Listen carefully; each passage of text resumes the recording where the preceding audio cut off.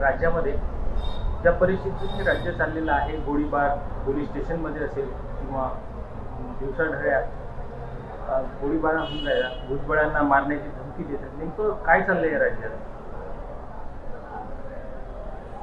अंधाधुंदी चालली आहे. मी अगोदरही म्हणालो होतो की अरागज या देशामध्ये माजायला सुरुवात, इलेक्शन जसं जसं आहे तसं अरागज माजायला सुरुवात होईल. अति आपल्याला दिसते.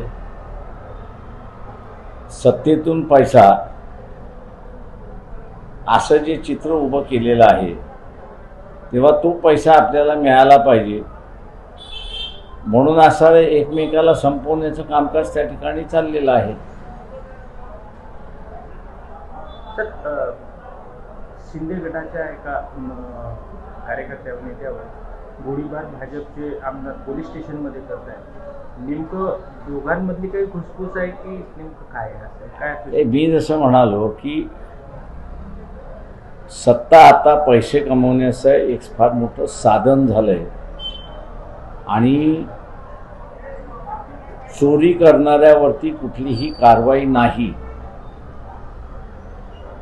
असं जेव्हा आलंय तेव्हा मला सुद्धा चोरी करता आली पाहिजे, मला सुद्धा पैसा त्या ठिकाणी कमवता आला पाहिजे असं जे आहे त्यातून ह्या दंगली चालल्या आहेत, यातून गोळीबार चालले, यातून एकमेकाला मारणं चाललेलं आहे. तेव्हा ती परिस्थिती आहे. त्याचे नवीन काही आहे. दिस इज प्रिडिक्टेबल. जसं निखिल वागळे पत्रकार आहेत, त्यांनी पुण्यामध्ये भाषण केलं, त्यांच्या गाडीवर भाजप कार्यकर्त्यांनी हल्ला केल्याचा आरोप आहे. काय म्हणाले? ते मी एवढंच म्हणेन त्याच्यामध्ये की पत्रकारांवरती अशा पद्धतीचे हल्ले होता कामा नये. मतभेद ही चालत राहणार,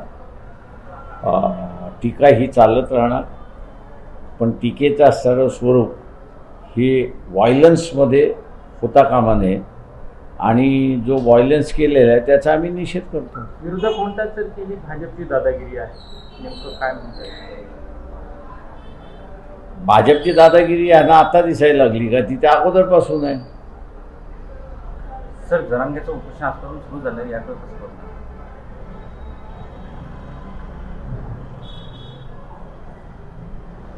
त्यांचं उपोषण जे आहे, मी असं मानणार आहे की सरकारने अर्धवट कामं करतात आणि अर्धवट सोडतात, त्याचा हा परिणाम आहे.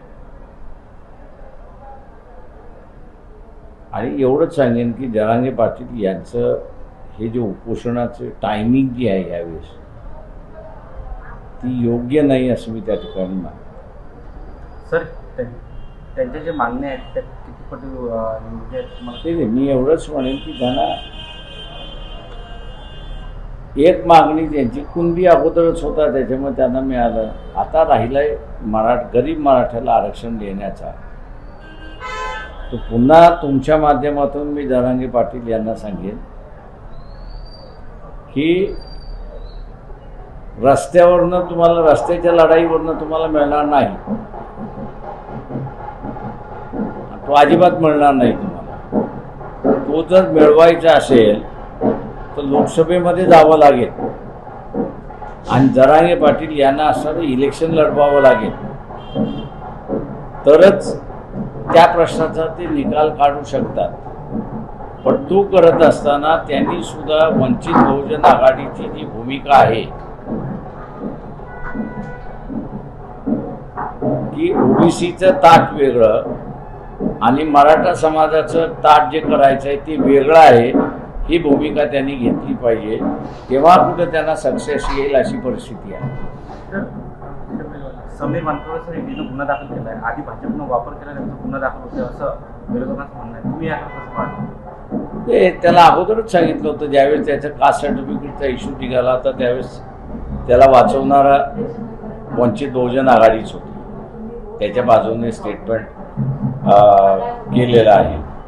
त्यांना त्याच वेळेस मी म्हणतो वाहत गेला तर हे तुमच्यावरती वचपा काढतील आणि त्याची चौकशी झाली आहे. सर, या संपूर्ण विषयावर देवेंद्र फडणवीस म्हणतात की या सर्व घटना झाल्यानंतर जो माझ्यावर आरोप राजीनाम्याचे देतात, उद्या तर माझ्या गाडीखाली कुत्रा आलं तेव्हाही राजीनामा. त्यांना म्हणा कुत्रा आलं ना, कुत्रा आलं तर कोणी हे करणार नाही. पण माणूस आला तर निश्चितपणे मागतील एवढं नक्की. एबीपी माझा, उघडा डोळे बघा नीट.